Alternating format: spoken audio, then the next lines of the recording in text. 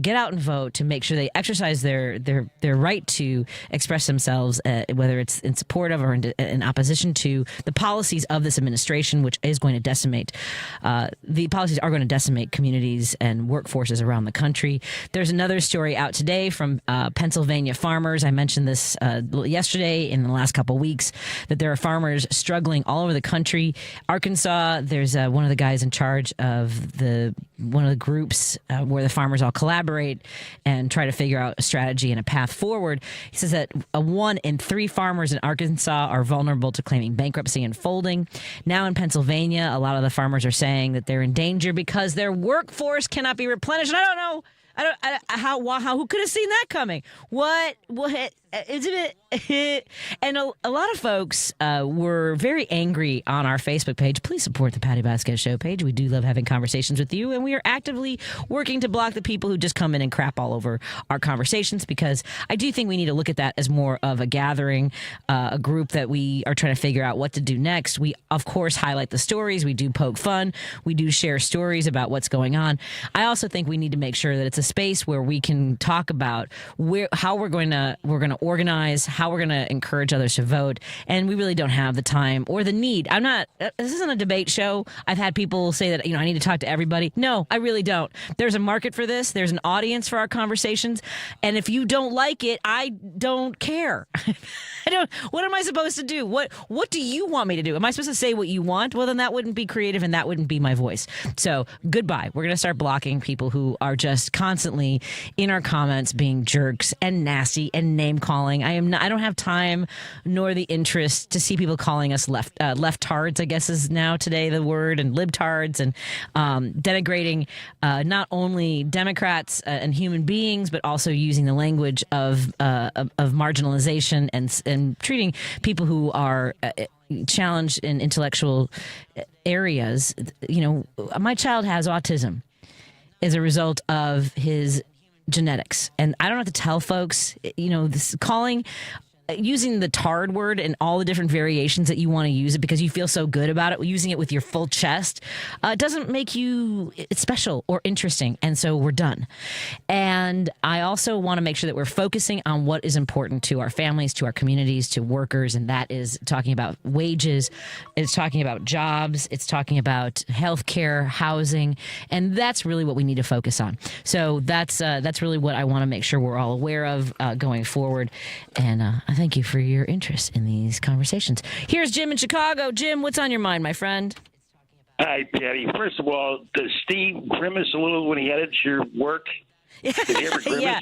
Yes, he does a little bit. And I, as you know, I write like I talk, so it can be a little bit all over the place. Yep. Yeah, you gotta, you know what I mean? You gotta like your editor a little bit because they can drive you insane. First of all, how fast do the French speak? Oh, yeah. Super fast. But when you don't understand them, it all sounds fast, right? I can't grab a word. Sure yeah. No, that's true. That's true. But I've labored with that delusion for 50 years. I've never, I'd love to get there. Anyway, I was so happy to hear your whole family went. Yeah, of course. And everything, yeah. And everything was terrific, and that's terrific. Anyway, here yesterday, for instance, we start with the Tylenol. Every network spends 10 minutes, discussing this matter. Then they bring somebody who's an actual doctor or a pediatrician or an obstetrician or somebody knows something about babies, and they go, no. If you've got a fever or something, take the Tylenol. It beats laying there in agony. Not just that, but a fever can be dangerous to a fetus and can cause birth defects. Absolutely. Yep. Yeah, well, they explain that on every channel. So he tops that insane thing. Where was Dr. Oz, by the way? Lost in one of his mansions? He couldn't find his car? Yeah, right? He was supposed to beat her. He couldn't get to the front door, apparently. But anyway, Kennedy's insane. First of all, if you really want to do some good for people, he was addicted to heroin for 14 years, and he kicked it. Now, we have people addicted to all kinds of things, alcohol, nicotine, all kinds of drugs. If he really was concerned about American health, he would mention that and how he pick to have it and what you would do to go about it. Because think of it, how many people are in jail? They got to steal for the drugs and so on and so forth. I mean, that would really do some good. And then Trump tops this off today by going to the UN. You just saw the expression of the people at the UN. They're like, "What time does the bar open?" You know what I mean? We got to get out of here. We got to get it. We got to get it. We got to get a stiff drink to follow this stuff.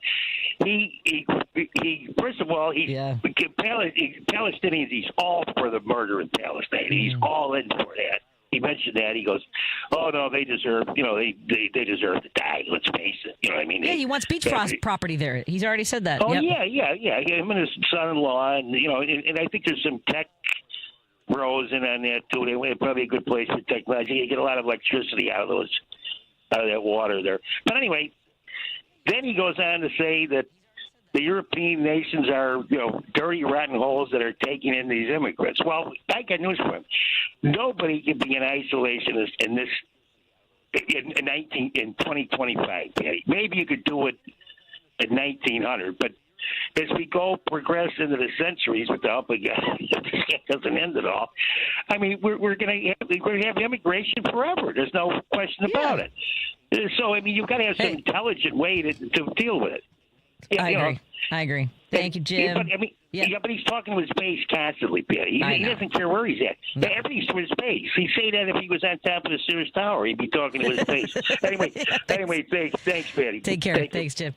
Let me take a break here. When we come back, we're going to talk to candidate for the Congressional 8th District. Join us in a moment. It's so funny because I didn't know until recently that his family owns one of my favorite pizza joints, not just in Chicago, but specifically in the neighborhood I grew up in. Coming up in just a moment, we'll talk to Cook County Commissioner Kevin Morrison. More in a moment on WCPT 820 and KKNW 1150. Amy Goodman reports on the news stories rarely covered by the corporate media. Democracy Now! The UN's Humanitarian Affairs Office warned Palestinian children are at high risk of injury or death from unexploded ordnance left after more than 13 months of Israeli attacks. 8-year-old Mohammed Karmash, this is his mother. No one was there to tell him that these are explosives that the Israelis throw. Democracy Now! Weekday evenings at 10 on WCPT 820, Chicago's Progressive Talk. This fall, experience Revolutions, a raw, groundbreaking new musical like nothing you have ever seen. I'm Tom Morello. I'm fired up to share the music I wrote for Revolutions during the Goodman's 100th season. Created by Chicago playwright Zayd Dorn and myself, it's about a young artist fighting to be heard, where resistance, rage, and love collide. Join us for an intimate punk, metal, hip-hop explosion you will not forget. Revolutions runs October 4th through November 9th. Get tickets at goodmantheater.org. This is a WCPT 820 Heartland Signal News Minute. We are in the thick of negotiation, and Democrats stand united in asking Republicans to meet us at the negotiating table. That's Congresswoman Lauren Underwood, Democrat representing the 14th Congressional District of Illinois, speaking to WCPT's Joan Esposito ahead of the September 30th deadline for Congress to fund the federal government. We have some simple demands. Number one, let's cancel the cuts. Those awful Medicaid cuts that we saw in the Big Ugly Bill, the largest health care cut in history, that is actively harming Illinoisans. And we want to make sure that we can reverse that damage. Number two, we got to lower costs. That is the number one issue on the mind of my constituents for sure.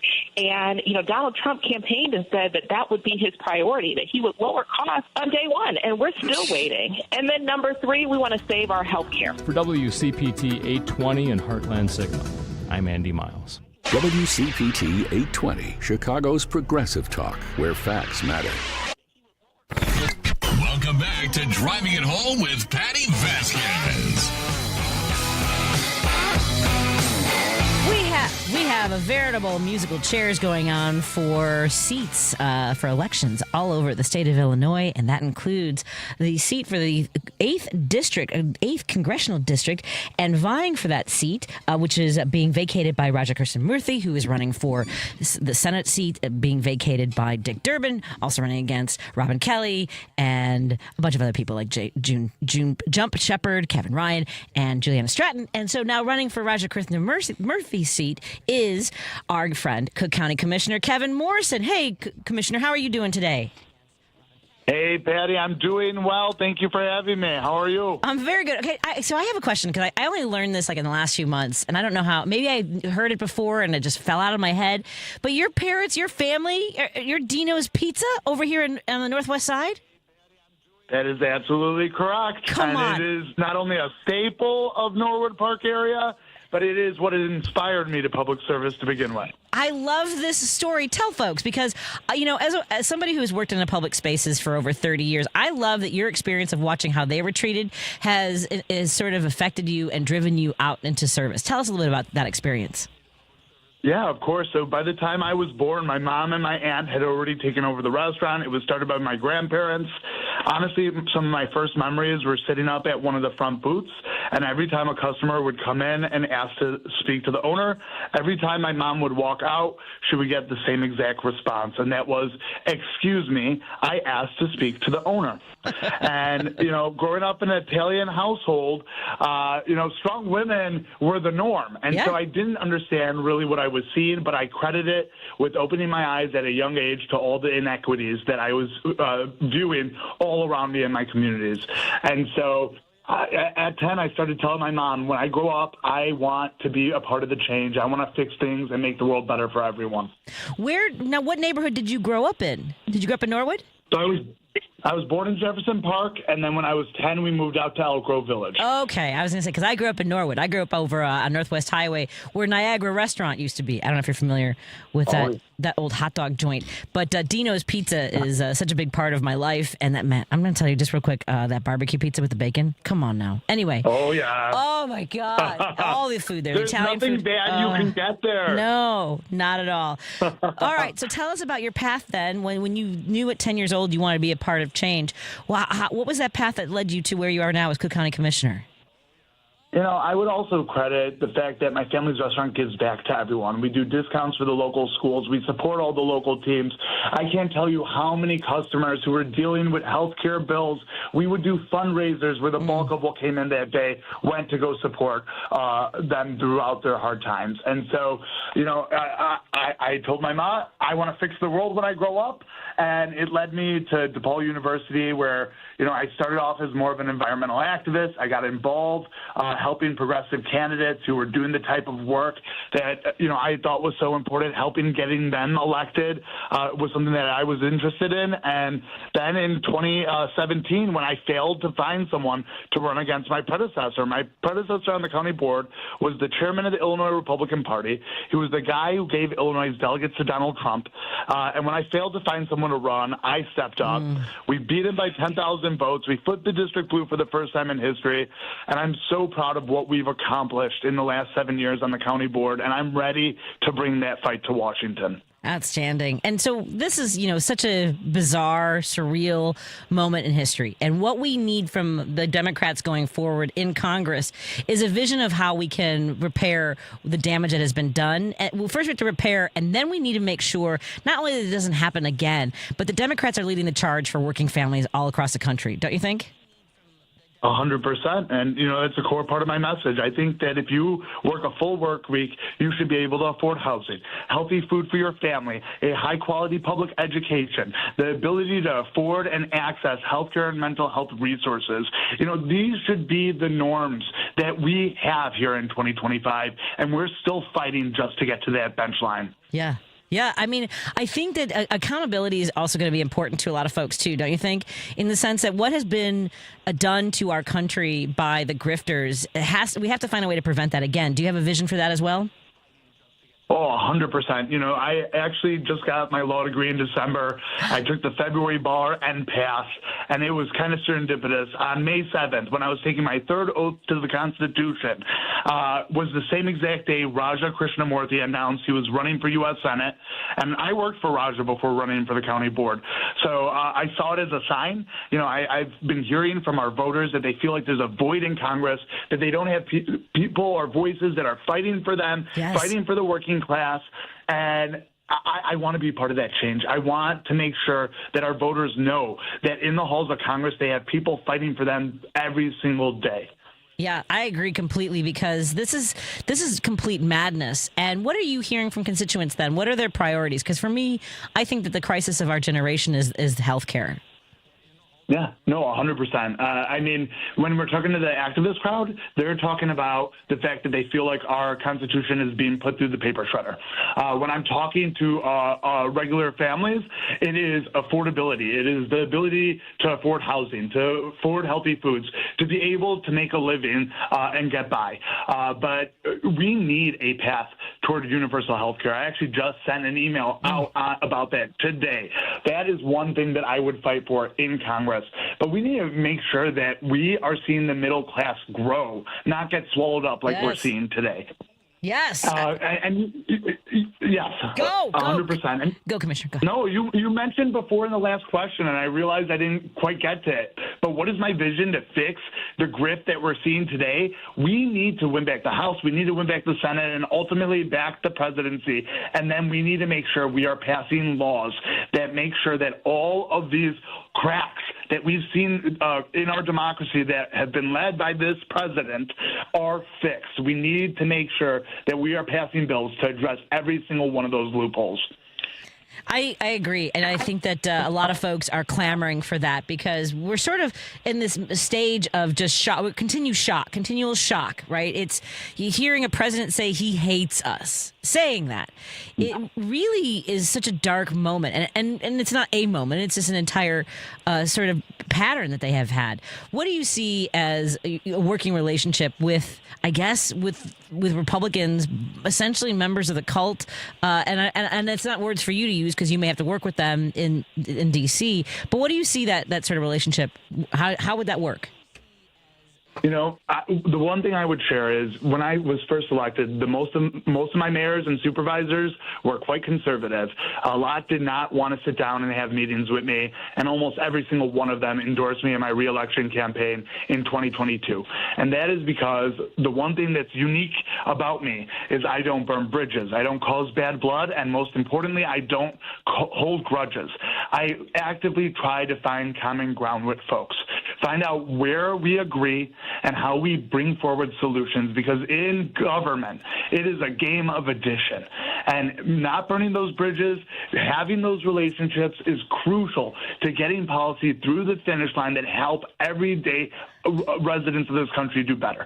That is my priority always. That's what keeps me driven. And I've had the moments, even recently, as chairman of technology and innovation, where I've had to call out people and hold them accountable for their mess ups, but do it in a way that doesn't burn a bridge and continues to keep the relationship whole. That is something unique, and it's part of my leadership style, and that's what I would bring to Congress. Outstanding. Now, I do hold grudges, but I call it accountability, but I'm in a different space than you are. I don't have to play nice. I'm just saying. How do folks get involved and support your campaign, sir? Yes, and you know what? I got to tell my voters out there, we just had a new opponent jump in a week and a half ago.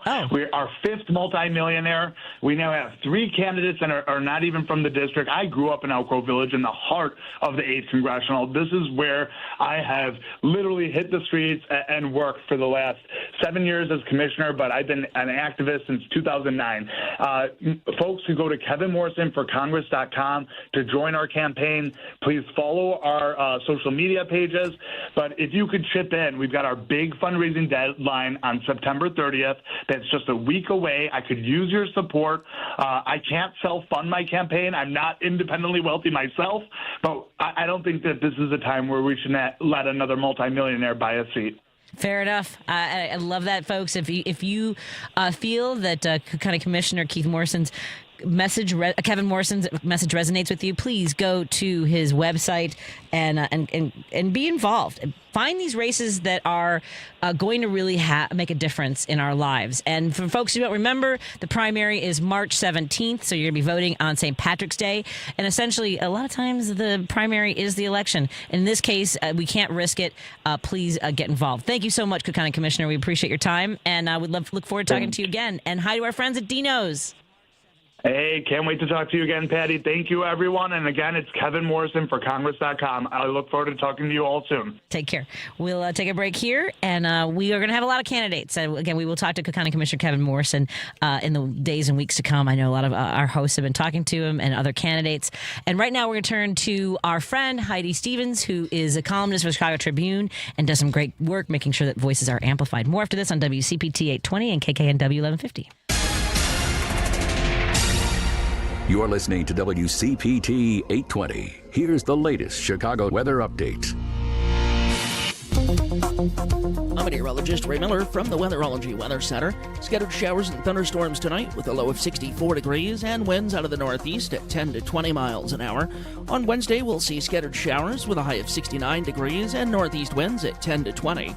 Thursday, showers possible with a high temperature of 70. On Friday, lots of sun with a high temperature of 78 degrees. Saturday, sunshine with a high of 80. Sunday, mainly sunny, high of 75. That's the latest Chicago weather update. Right now, it's 73.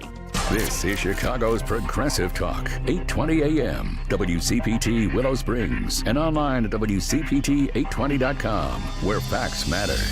Joan Esposito, live, local, and progressive. I have officially been behind the microphone for 6 years here at WCPT, and I really want to thank you. It has been a new lease on life. Parts of my brain that were asleep woke up again to talk politics with you. Joan Esposito, weekday afternoons 2 to 5 on WCPT 820.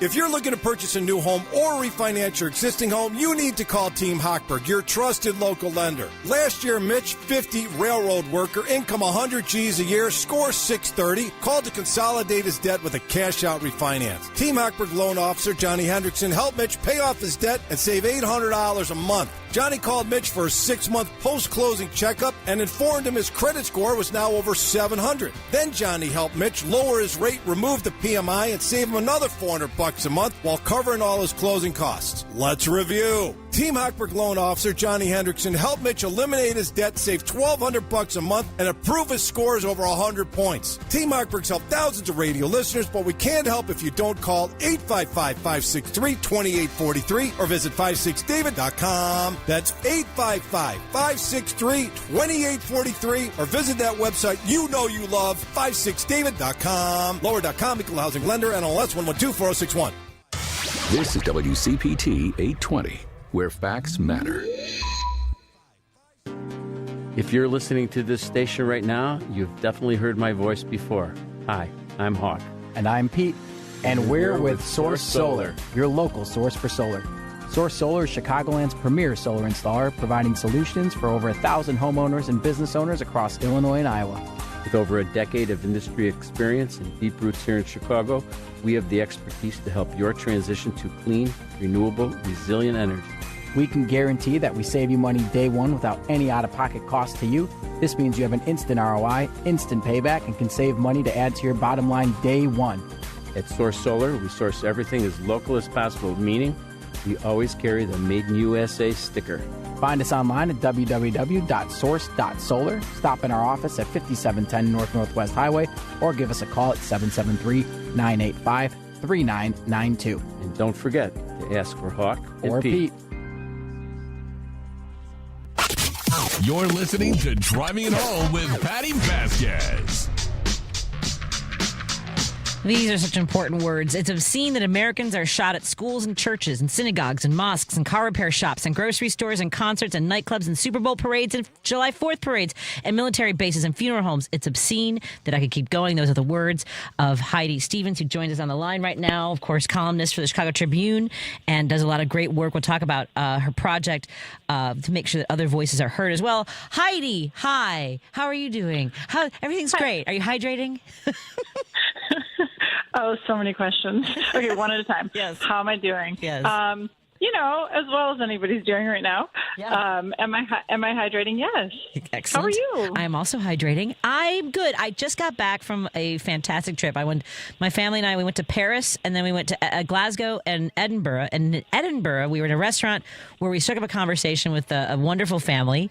And when we started talking about where we were from, and they realized that we were liberals, they were very excited. The husband almost leaped across the table to hug me. And but one of the things that they brought up is that not only do they not want to come to the United States because of the politics, but a big element is the gun violence, which I thought, God, yeah. Well, who can blame them? And to your point, like, when you ask what are we doing, they were saying this. They were asking, like, what are we doing? And I talked to them about the proliferation of guns.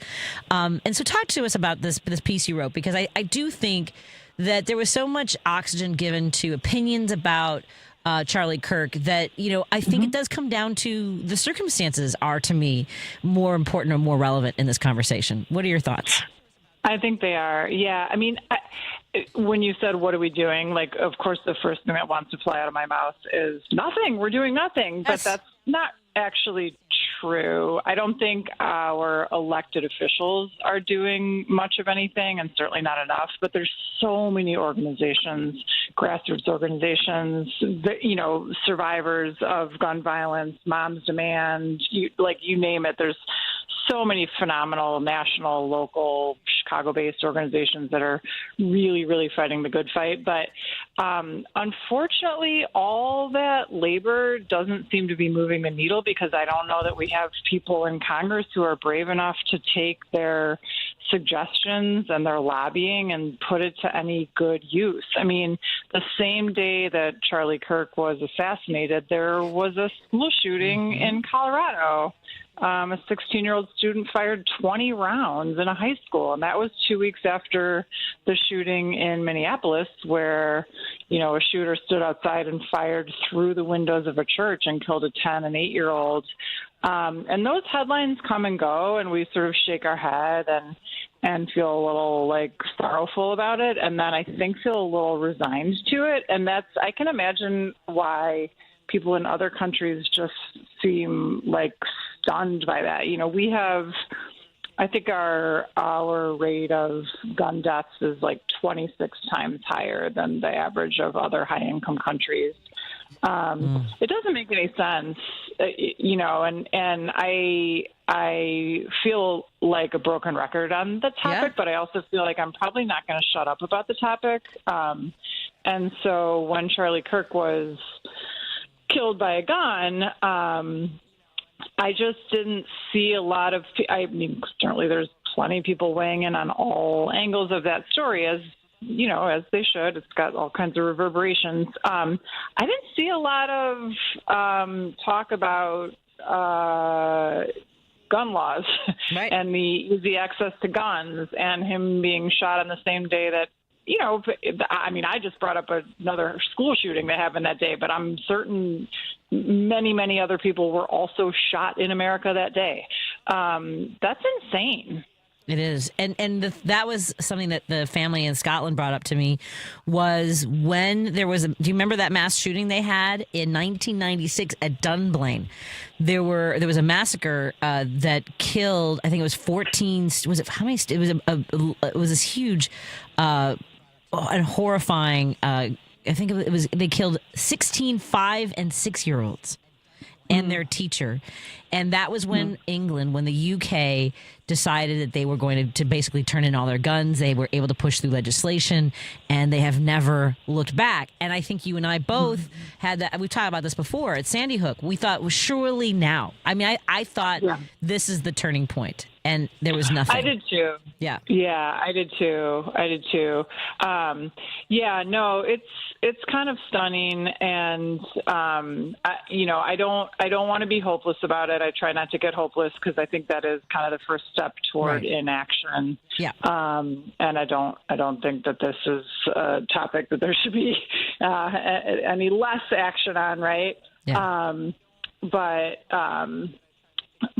certainly, the deaths of, or the shooting of high-profile individuals. I mean, I wrote a column when, Trump ear was shot at the rally. Like, hey, okay, how about now? How about now we take on guns, right? Like, absolutely no one, I don't care what they've done or said or not done or championed, absolutely no one deserves to be shot.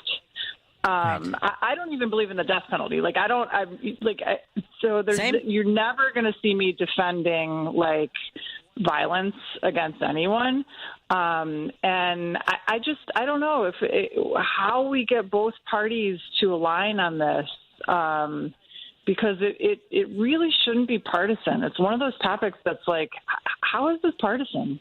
I have no idea. And I agree. We can't stop championing anti-gun violence organizations. And you had mentioned last time we were on the air because it was 1AIM Illinois had, they had a press conference, and you had highlighted that too. We have an event coming up. I'm going to invite you to that. It's on November 13th at the Hubbard Inn. We'd love to have you there. For sure. But yeah, I agree. And I just, and again, it never becomes about the guns. It's always like some element. It's always like they'll say it's mental health or it's the bump stocks, right? That was after Vegas. But there's never a full-throated commitment to ending gun violence. And it didn't help. It doesn't help that many of them basically see these deaths as worth having the Second Amendment, and they go out and buy more guns when these issues come up. Yeah, I don't get it. And the truth is that it's both and, right? I mean, for sure we should be having a more robust conversation about mental health in this country, and for sure we should be providing more resources and safety nets around mental health. Like, it's not an either or. But the thing it is every single time is the guns. Yeah, every single time. And then with that, obviously a lot of opinions and hot takes and reactions. Some of us perhaps lacking some impulse control. I saw the reaction of celebrating his death was so grotesque to me, and I agree with you. I am also against the death penalty. And look, my brother's murderer was executed, and I don't even think that didn't change our lives at all. It didn't make our lives better.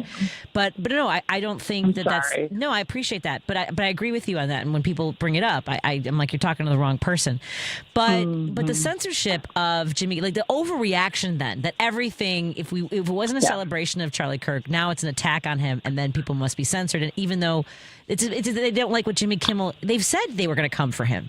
Trump said that he was next. So it's What are your thoughts on that? It's opportunistic. I mean, it doesn't even align with what Charlie Kirk would have been arguing for, right? I mean, he was, for all his, takes that I would, like be on the complete opposite side of. He certainly was advocating for the exchange of ideas, right? And you can, argue whether he wanted all voices lifted up in that exchange of ideas, and I would argue that he certainly did not. However, to take his, memory and his death as an opportunity to be silencing folks, it's kind of the height of irony, and it's just so opportunistic and cynical. And then to turn his memorial into a political rally, and it's just like none of this stuff is ringing, even remotely true. It's just so hollow and opportunistic and sad. And I think that we can be sad about his death and condemn political violence and condemn all violence, and also acknowledge that this stuff is opportunistic and wrong, right? I mean, he shouldn't have a widow, let alone a widow who is walking around in a world where that video of him being shot exists. He shouldn't have children who now don't have a father, let alone children who don't have a father and there's a video of their father being shot to death. Like that, none of that should happen. That is true. Also, Jimmy Kimmel should not be pulled off the air because of what he said, right? Like both things are true. Right. But we're not allowed to have that conversation. And if we're angry about Jimmy Kimmel, then all of a sudden we're celebrating the other. It's absolutely madness. And that's why I'm kind of trying my best not to have hot takes on every single thing, because it's too much. And we need to focus on the things that are important in our lives. And I want to talk about that next, about this press conference yesterday where they've decided it's Tylenol. It's the Tylenol. Even though the diagnosis of autism predates even the existence of Tylenol and acetaminophen in our lives on this planet. Let's talk about that. I'm glad we're going to talk about that. Yes. Okay, good. And as well as the OpEd Project. I want to talk about that as well. We're talking to Heidi Stevens. You can find her on Facebook, all the social medias. She's also a columnist for the Chicago Tribune. You've got to check out her work. And we're going to continue our conversation when we come back on WCPT and KKNW. Hey, Tom Harbin here. Mark your calendar for Wednesday, October 15th at my favorite deli restaurant, Max and Benny's in Northbrook. I'll be there talking about and signing copies of my newest book, The Last American President. This is a free event for all my WCPT listeners. Just register on WCPT.com. Attendance will be limited to the first 100 people, so please go to WCPT.com to register today. Max and Benny's, 7 p.m. Wednesday, October 15, 461 Waukegan Road in Northbrook. Tag, you're it. Listen up, fellow timeshare owners. If you're a timeshare owner and you want out at all costs, you're done, frustrated, tired of wasting money, you don't use the darn thing. Get out now. Hire the best Bulldog timeshare cancellation team in the business. Their in-house legal team, headed by a timeshare cancellation lawyer, can help you fight the biggest and baddest companies out there that sell timeshare. At some point, you were using your timeshare, but now you're not, and you're tired of wasting money. Before you go to the poorhouse, call right now and learn how you can stop the maintenance fees and put more money back in your pocket. Their services cost you a lot less than you think, and you'll save a lot of money over time. Call the Timeshare Exit Hotline now. It's a free consultation. 800-296-0150. 800-296-0150. 800-296-0150. That's 800-296-0150. You're listening to WCPT 820 because facts matter. DuPage County continues to get out the vote and elect progressive candidates, so it's no wonder that there are now several local retailers carrying progressive beer from Minocqua Brewing Company. Be sure to grab yours from Famous Liquors in Lombard, Armanetti Beverage Mart in Roselle, Doty Liquors in Elmhurst, and Bobby's Liquor Warehouse in Carroll Stream, conveniently located next door to the DuPage County Democratic Office. A full list of Illinois locations that offer the Resistance lineup of beers posted at the top of the Patti Vasquez Show Facebook page, as well as at MinocquaBrewingCompany.com. You're listening to Driving It Home with Patti Vasquez. And we are hanging out with columnist Heidi Stevens. She's also launched with others the OpEd Project, which we'll talk about in a moment. And that's right, Heidi, we've got Resistance beers. I don't know if you ever hydrate that way, but I'm happy to put together a package for you. I absolutely hydrate that way. Hydrate all the ways. We'll make sure we get you a sample package of it's a little swag bag for you. So I feel like this is going to be a conversation where I've already gotten you to say I'm so sorry, and now I'll say this. So my son was born medically fragile. He was not breathing when he was born. A lot of medical issues, and ultimately one of the elements is that he does have autism. So I've been in this community for 20 years now, and I do have a lot of people who want answers, as we all would. Right? You would want to know what happened. Was it something, for me, like I thought for a long time, was it something that I ate? Did I get sick?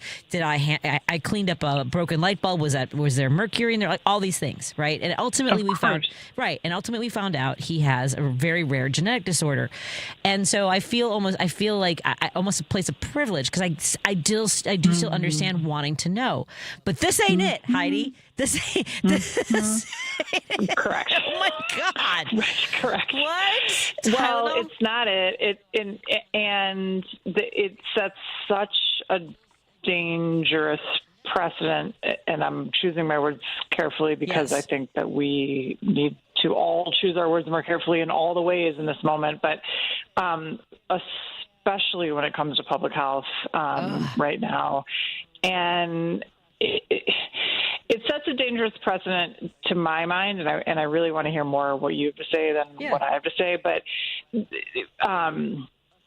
the sort of cherry picking of findings from studies, scientific studies, sets a dangerous precedent for science going forward. The willingness to blame mothers sets a dangerous precedent when there is not scientific evidence that they're, putting in their bodies things is to blame. And I don't even really like the word blame. Yeah. It also and I've talked to a few different parents whose kids are on the spectrum today, and I think this was actually really beautifully talked about in a nuanced way in the New York Times today by I think a guest opinion writer, Maya Salovitz. I'm not sure I'm saying her name right, but also the notion that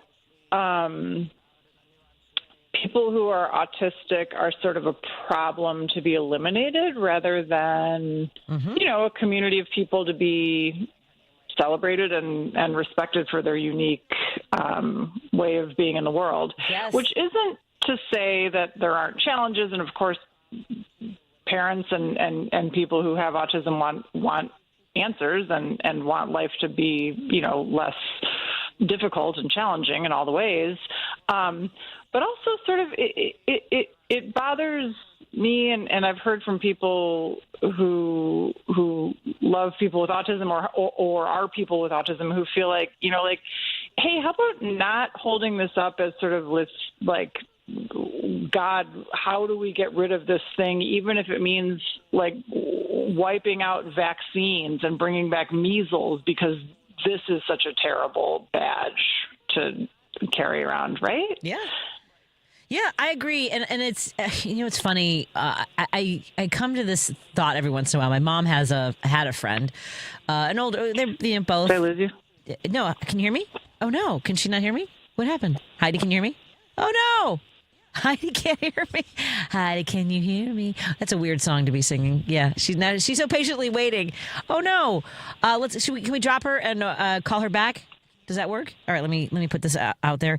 But we were, Heidi and I, of course, talking about the press conference yesterday in which Donald and RFK Jr. and I can't remember, Dr. Oz announced that it's correlation, folks.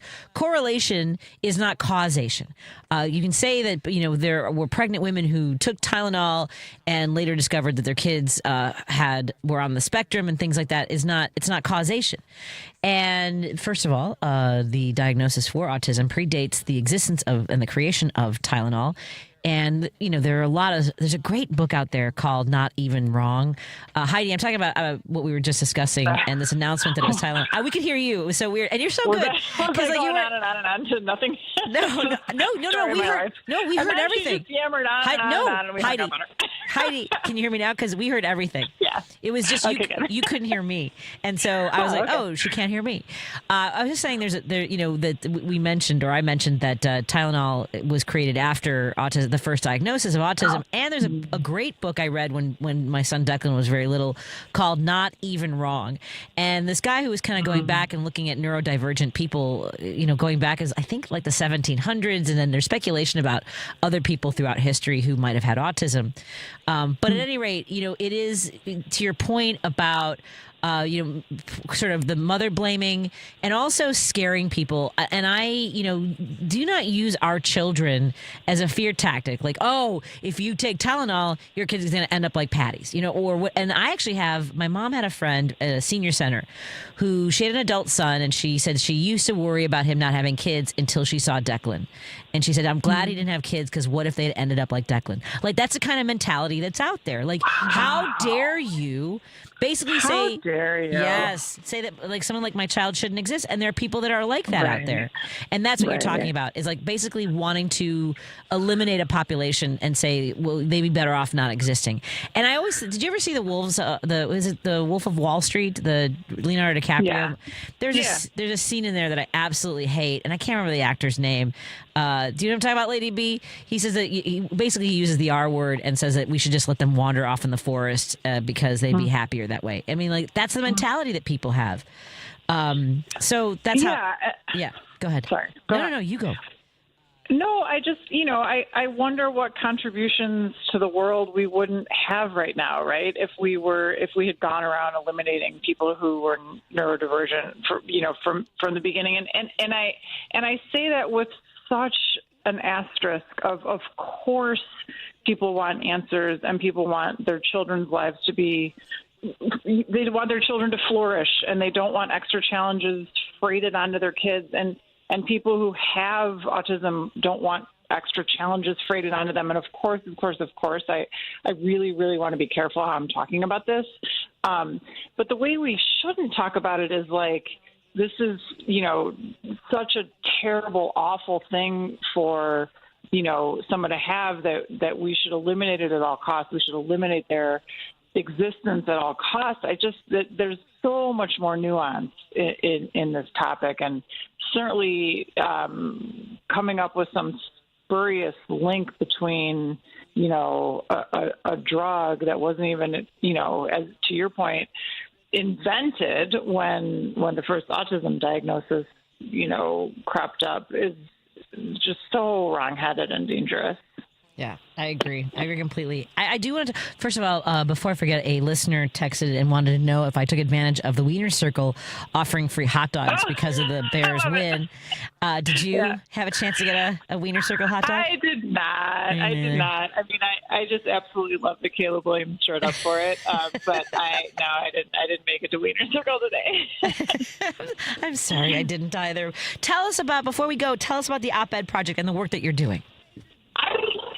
Yeah, so OpEd Project, I lead fellowships through the OpEd Project. It's a very cool nonprofit that I'm doing one right now at the University of Illinois system. And I'm just going to, say our principles there. At the OpEd Project, our mission is to change who writes history. We lift up, expert voices that are from underrepresented populations, women, people of color mostly. And it's because we believe that the story we tell becomes the world we live in. We believe the world becomes more intelligent when it's more inclusive. And we believe that the best ideas, regardless of where they come from, should have a chance to be heard and change the world. And often that happens through op-eds. So we coach folks on writing op-eds, pitching up op-eds to newspapers and publications around the country. And it's really, really cool work. Very, very grateful to be part of it. And is there a way for folks to get involved, to support the work that you do and learn? Yeah. Totally, yeah. Go to the opedproject.org, and members of the public can sign up for workshops. You can also donate if it sounds like something that you think would, heal the world. I really truly believe it does. I've been doing this work ever since I left the Tribune full time in 2021. So it's great. It's great work. So yeah, the opedproject.org. And before you cut me off and get to your next guest, I'm going to also make a plug for the Leo High School Choir. Made it to the finals of America's Got Talent. So they're on tonight at 7. Yes, they're in the finals, Patty. Oh, my God. NBC tonight at 7.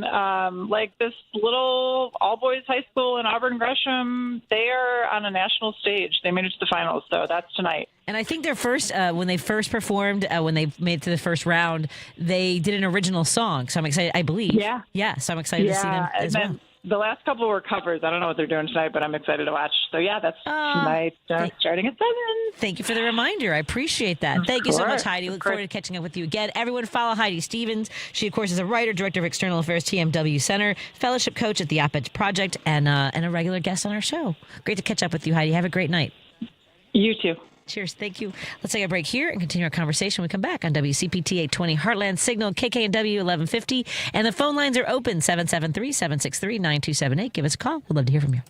Witness a slice of TV history with the First Lady of Television, now on stage at Northlight Theater. It's 1950, and Gertrude Berg is the pioneering creator and star of The Goldbergs, America's first family sitcom. When a co-star becomes a target of McCarthyism, Gertrude is faced with taking a stand or damaging her career in this ever-relevant new play by James Sherman, based on a true story. The First Lady of Television at Northlight is now extended through October 12th. Get your tickets today at northlight.org. you've still got it, but your immune system weakens as you age, making it hard to fight the flu, pneumococcal pneumonia, RSV, and COVID-19. Ask your doctor or pharmacist which vaccines you need. Sponsored by Pfizer. AP News, I'm Ben Thomas. President Trump returned to the United Nations General Assembly today, and Sagar Meghani reports he had some harsh words. 6 years after his last address, the president ripped it as coming nowhere close to reaching its potential, describing a feckless institution that writes stern letters. Empty words don't solve war. Over nearly an hour, the president offered jarring juxtapositions, billing himself as a peacemaker who ended wars. Everyone says that I should get the Nobel Peace Prize. To touting military strikes on Iranian nuclear facilities and Caribbean drug smugglers. We will blow you out of existence. And also issued a warning to European leaders over migration and green energy policies. This double-tailed monster destroys everything in its wake. Saying Europeans must stop having open borders, or else. I'm really good at this stuff. Your countries are going to hell. Sagar Meghani, Washington. Still later, he met with UN Secretary General Antonio Guterres and said this. Our country is behind the United Nations 100%. I think the potential of the United Nations is incredible. The president also met with Ukrainian President Volodymyr Zelensky. This is a war going on 3.5 years, and people thought it would be over quickly because Russia is a big military power, and Ukraine, I tell you, they are good fighters. Got to hand it to them. They have a lot of courage, a lot of guts. After he made a major shift with a social media post saying he now believes Ukraine can win back all territory it's lost to Russia. Back in Washington, Democratic leaders are accusing President Trump of throwing a tantrum after he canceled a meeting with them ahead of a potential federal government shutdown. The president refuses to negotiate over Democrats' demands to shore up health care funds as part of any deal. Congress must pass a bill to fund the government by October 1st. Stocks closed lower today. The main index is retreating from all-time highs. This is AP News. Julie Walker reports the Secret Service is dismantling a telecom threat. More than 100,000 SIM cards packed into over 300 servers. That's what the Secret Service found last month on U.S. soil while investigating telecommunications threats. They say it's a highly organized enterprise costing millions of dollars and suspect foreign actors. Millions of telephone calls could be generated within the course of just a few minutes. Anthony Ferrante, former FBI, on cellular networks that would just overwhelm them and cause them to shut down. The SIM farms were found 35 miles from the UN where the General Assembly is taking place. So they could be used to either intercept communications, eavesdrop on communications, or actually clone devices. The Secret Service says so far they haven't uncovered a direct plot to disrupt the UN, but are continuing to investigate. Julie Walker, New York. More news at apnews.com. I'm Ben Thomas. Thanks for listening. This is 8:20 a.m. WCPT Willow Springs and streaming worldwide at WCPT820.com. We are Chicago's progressive talk, where facts matter. Now, your WCPT 820 weather update. I'm meteorologist Ray Miller from the Weatherology Weather Center. Scattered showers and thunderstorms tonight with a low of 64 degrees and winds out of the northeast at 10 to 20 miles an hour. On Wednesday, we'll see scattered showers with a high of 69 degrees and northeast winds at 10 to 20. Thursday, showers possible with a high temperature of 70. On Friday, lots of sun with a high temperature of 78 degrees. Saturday, sunshine with a high of 80. Sunday, mainly sunny, high of 75. That's the latest Chicago weather update. Right now, it's 72. Turn up the heat on every drive with a Porsche from the Porsche Exchange in Highland Park. Our tariff-free vehicles are available for immediate delivery, like the 2025 Porsche Cayenne. And right now, lease the 2025 Macan Electric for only $949 a month for 39 months. Don't miss out on the $7,500 EV tax credit ending September 30th. And grab your electric Porsche today at the Porsche Exchange in Highland Park or PorscheExchange.com. $4,929 excludes tax, title, license, and doc fee. No security deposit required. Expires 9/30/2025. The impact of a meal goes well beyond feeding our bodies, because feeling full can sound like this. How did the interview go? I did it! I got the job! I can't believe it! And like this. Mom, I got first place at the science fair with my volcano project. That's amazing, sweetie. Congratulations. Because when people are fed, futures are nourished, and everyone deserves to live a full life. Join the movement to end hunger at feedingamerica.org/actnow. Brought to you by Feeding America and the Ad Council. Alexa, play WCPT. WCPT from TuneIn.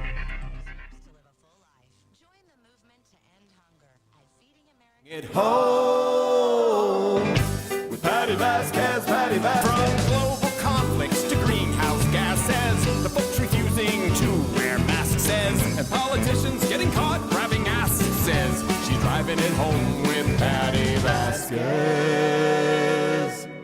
Hey, everybody. Thank you so much for joining us as we drive it home. I'm your host, Patti Vasquez. Hello to our friends listening on KKNW 1150, the alternative voice of Seattle, and KTNF AM 950, Minnesota's progressive voice. I've lost all of my promo memory, which has happened. Our friends on KTNF, the voice of what happened? I love my friends in Minneapolis, St. Paul. Before I left town, we had Matt McNeil's studio. We went to Super Dog. And I know people love the hot dog of Super Dog. He had a Woobski dog, which is a Polish sausage and some barbecue sauce. He was so happy. He was so very, very happy. So hi to our friends listening on KTNF AM 950. Of course, we're here on WCPT 820, Heartland Signal. You can go to heartlandsignal.com if you missed any of our shows. For our friends on KTNF, if you want to hear the first hour of the show, that is available on our website as our individual interviews. I know that our interview with Heidi Stevens will be a standalone, as are some other of the great conversations that we've had. You can also find our show's podcast anywhere you listen to your podcasts. Our phone line is open, the Credo mobile phone and text line. Do we still have the 25% discount for 25? Well, I'll check out I think it's WCPT 25 for 25% off of your contract. So go to credomobile.com. Better for the planet and for people. Thank you so much to them for sponsoring both our phone line and our text line, both available for you to join the conversation. 773-763-9278. Thank you to our sponsors, Pride Coffee Roasters. Go to pridecoffeeroasters.com. For a limited time, they have 10% off your order, and it's Drive Home 10. Thank you so much to Jackie and Patty, who I'm excited to see this Sunday at the Jefferson Park Sunday Market. And they have their entire schedule of all the markets in the Chicagoland area where you can find them. They have the best single origin beans. Oh my God, so good. And I believe I think I'm on the Mexican. It's got chocolate and hints of cinnamon in it. I love my coffee from Pride Coffee Roasters. Again, pridecoffeeroasters.com. So thrilled to have them as sponsors of the show. Thank you to our friends at Minocqua Brewing Company. Go to minocquabrewingcompany.com and check out their progressive brews. I still love their Tammy Shandy. I know it's one of their older ones, but it is my favorite. And they've got a lot of great beers, including Resistance. They've also got their Nope. You can get some Nope non-alcoholic seltzer, and they've got a lot of great products there: T-shirts, hats, all kinds of things, beer cozies or koozies. I never know which one it is. And if you sign up for their Substack, for their newsletter, you can check out the work that Ben Cominos, that Kirk does, and that I do as well. My article this week is what are you willing to lose, the couch or the country? What are we prepared to do when it comes to standing up for our rights, especially when it comes to our rights as workers?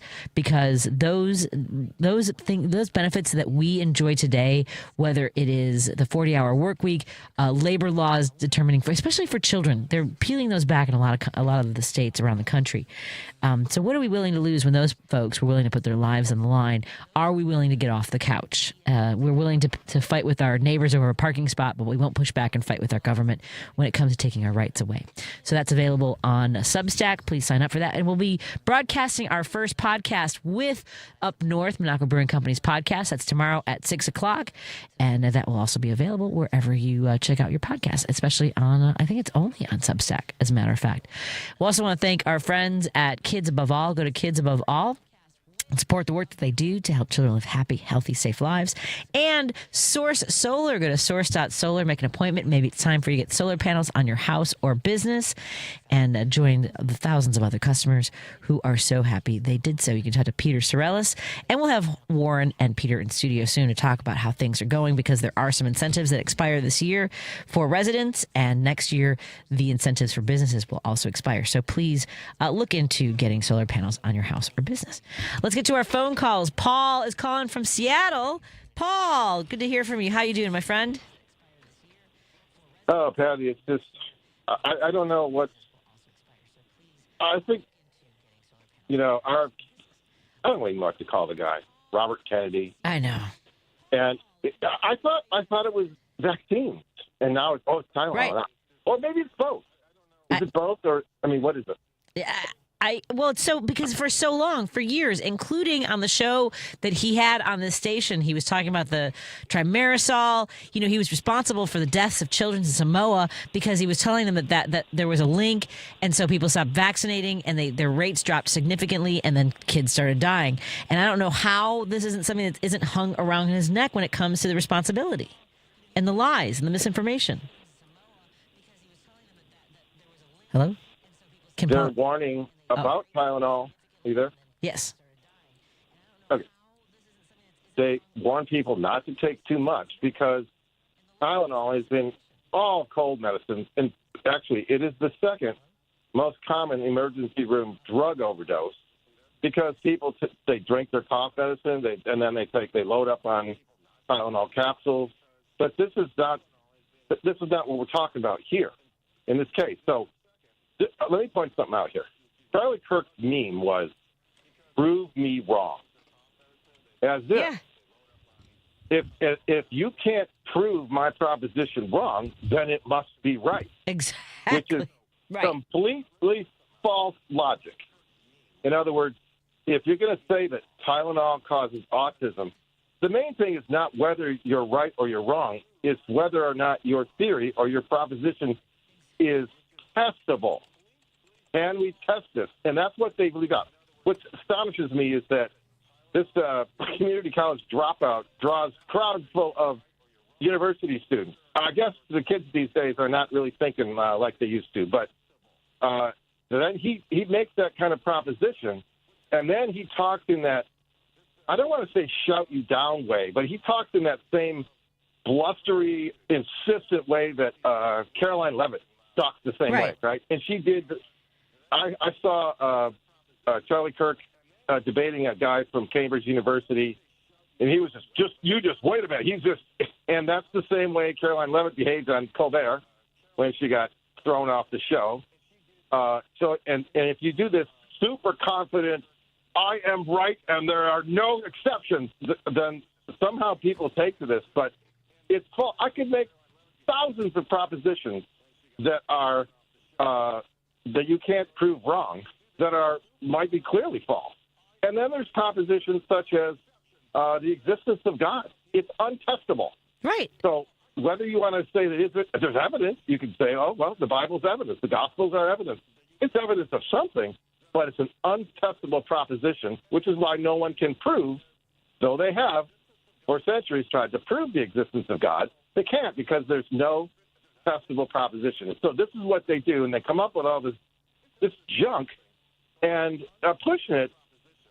I don't know what the end goal is, and so what do you I would say that, it's not as though the makers of acetaminophen or makers of Tylenol, the brand, they could say, and maybe they do, but remember, a warning label is not the same. A warning label is not so much a clinical warning as it is a legal disclaimer. So warning labels are things that, for instance, the FDA put on cigarette packages. That's a warning label. Right. It's not a disclaimer. It's a warning label. But the maker of over-the-counter medication might say pregnant women should consult their doctor. And that's fine. That's okay. You can consult your doctor and decide what pain relievers are best for you.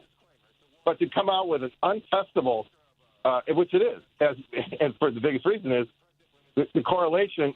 And here's the other thing. Just because there's, as you point out, just because there's a correlation does not mean causation, because remember, every theory that is true must have a positive correlation. But just because there is a positive correlation does not mean that the proposition is true. And the way I would cite is, I can tell you with 100% correlation that a given event is correlated to the sun came up in the morning, because it comes up every morning, right? Right. But how will I test that proposition to make sure that it's correlated or related to? And what is the mechanism? Because autism is a syndrome.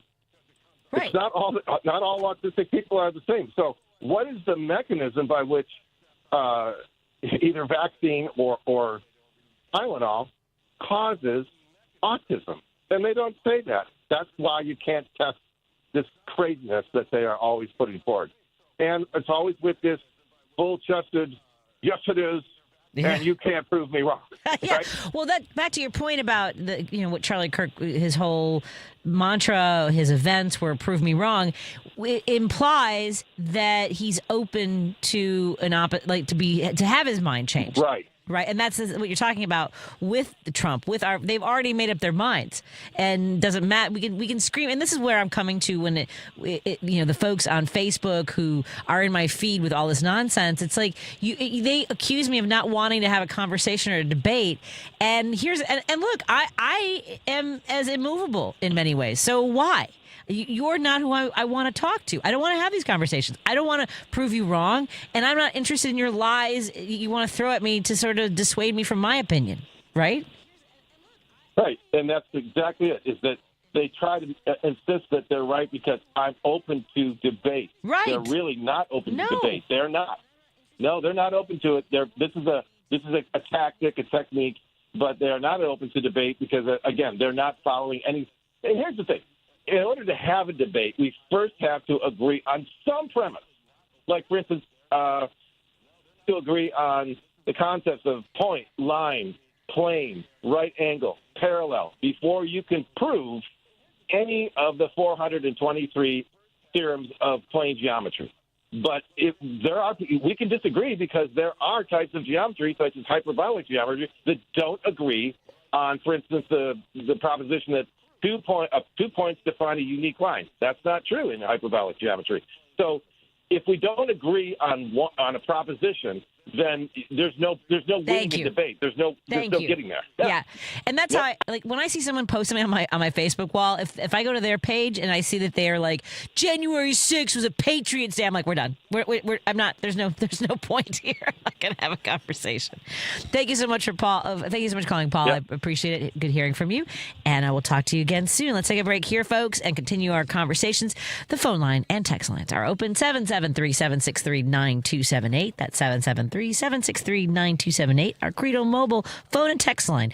Credo Mobile, better for the planet and for people. Go to credomobile.com. I'll see you in a second.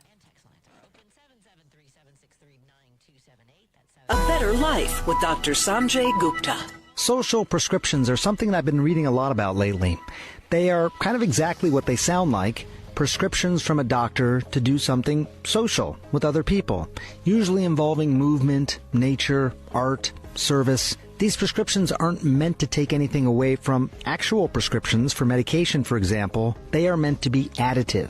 Take pain, for example. Pain is a feeling that is very different from person to person, but it's also different from day to day within a person. You can think of it like a dial. Some things can turn it up, other things can turn it down, including distractions. And there's an added bonus. We humans are social creatures. We do crave meaningful connection. I'd love to tell you more about this in my new book. It's called It Doesn't Have to Hurt, Your Guide to a Pain-Free Life, which is on sale now. I'm Dr. Sanjay Gupta, helping you live a better life. Lowe's knows how to help make your home holiday ready for less. Get Select Style Selections vinyl flooring for just $1.99 per square foot and have it installed before the festivities begin. Our team can help you every step of the way. See a Lowe's Red Vest associate or visit Lowe's.com/holiday install to get started. Lowe's, we help, you save. Basic install only. Date restrictions apply. Subject to availability. Installed by independent contractors. See associate for details. Contiguous U.S. only. Here's a tale of Becky. Didn't know what to do with new meds prescribed and no real cost clue. She squinted at prices, that can't be right. Then tapped GoodRx and saw the light. She could get a deal. Book telehealth if she feels. Learn about those meds without any stress. That one little app does all the rest. Even my horse downloaded it. Dang, save time and money on prescriptions. Check good. Chicago's Progressive Talk, WCPT 820, where facts matter. If you're listening to this station right now, you've definitely heard my voice before. Hi, I'm Hawk. And I'm Pete. And we're with Source Solar, your local source for solar. Source Solar is Chicagoland's premier solar installer, providing solutions for over 1,000 homeowners and business owners across Illinois and Iowa. With over a decade of industry experience and deep roots here in Chicago, we have the expertise to help your transition to clean, renewable, resilient energy. We can guarantee that we save you money day one without any out-of-pocket cost to you. This means you have an instant ROI, instant payback, and can save money to add to your bottom line day one. At Source Solar, we source everything as local as possible, meaning we always carry the Made in USA sticker. Find us online at www.source.solar. Stop in our office at 5710 North Northwest Highway or give us a call at 773-985-3992. And don't forget to ask for Hawk or Pete. Welcome back to Driving It Home with Patti Vasquez. Thank you so much for joining us, and I want to really express my appreciation for the folks who call and text. I was thinking that maybe, I know some folks get kind of nervous about calling, and sort of, I get nervous when I call into a radio show. So first of all, the text line is available to you. I know that there are folks that really dislike the things that I have to say, or folks just don't want to do it back and forth. They just want to say what they have to what's on their mind, and just want to drop it. So I'm wondering about doing our rapid transmit as a specific standalone. Sometimes I do it when we have a lot of phone calls, but not a lot of time. But I think in the last segment of the show, we will do rapid transmit. You'll have 20 seconds to say whatever you want. As long as it's not obscene or really spreading propaganda, I'm not going to argue with you. So you'll have, I don't know how much time, though, to not argue with you. I don't know how much I can take.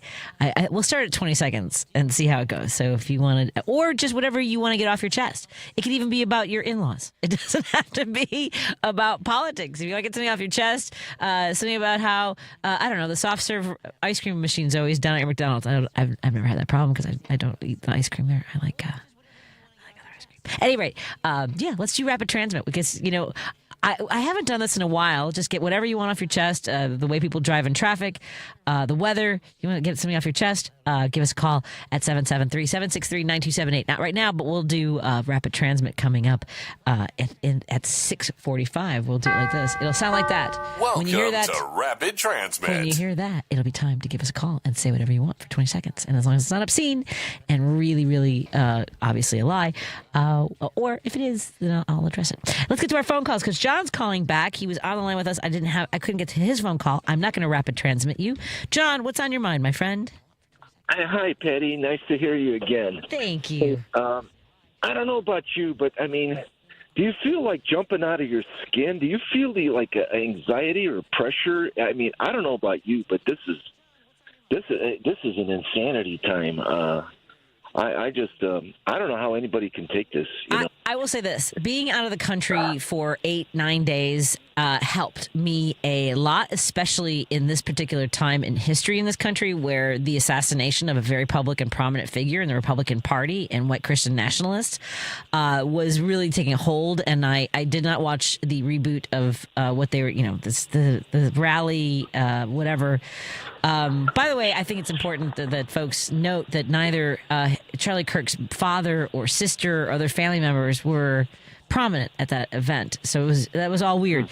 So I will say being out of the country and not consuming this all the time was very helpful. And the other thing that's helping me now, because I see that there's a thirst even more so than before for vengeance, for hatred being directed at us, for wanting to other Democrats and people of color, LGBTQ+.